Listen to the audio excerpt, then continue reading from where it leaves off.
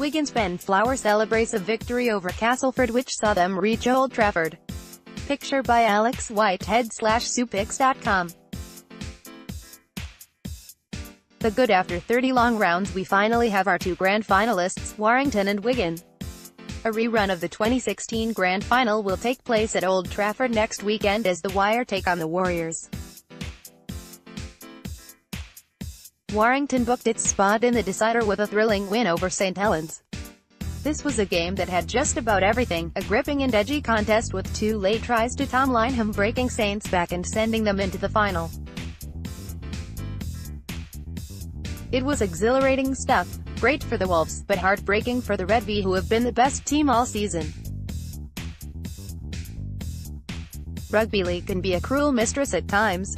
Wigan reached the grand final with a gritty, grinding performance against Castleford. This was not a semi-final in the mold of Thursdays, but a hard-nosed affair of pure desperation. Warriors did not let the Tigers breathe, squeezing and wrestling every last breath out of them. Hopes were high for the CA's faithful, but again they finished the season with a bad taste in their mouths. For Wigan and their departing sixth, the fairy tale finish remains possible. To bet against Shaun Wane. Kudos to John Wilkin for his emotive interview after the match. Wilkin's long association with St Helens has ended now, with the veteran back rower to play elsewhere in 2019. He told Sky, "Sport's not romantic, it's black and white. You either perform or you don't, you're judged immediately. Sentiment and romance in sport, I don't know if they exist. He will be missed." All of the people on the losing side on both Thursday and Friday night spoke well and with candor to the media. Justin Holbrook was upfront and honest after St Helens semi-final, as was Daryl Powell the night after. Credit to them all for fronting up after a difficult time. The bad crowds were a big problem this weekend in two of the biggest games of the year. The matches to decide who reaches the grand final only attracted 12,031 at the Totally Wicked Stadium and 13,461 at the DW.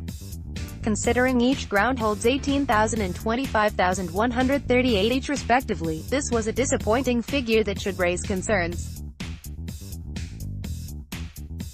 They need to be looked at why two elimination playoffs didn't pull bigger gates. Whether it was a question of scheduling, with the Thursday night game proving difficult, or lack of promotion, is unclear. But nonetheless, it is a worry. The ugly Castleford never really fired a shot at the DW Stadium, such was the dominance of Wigan. To go out without scoring a point, without ever really troubling the home team has to hurt. Luke Gale went missing, Jacob Truman was badly missed and Paul McShane was quiet. How do the Tigers get over their end-of-season jitters in 2019? Is it time to bring in a psychologist, or were they simply outplayed? Something for Powell and co. to ponder.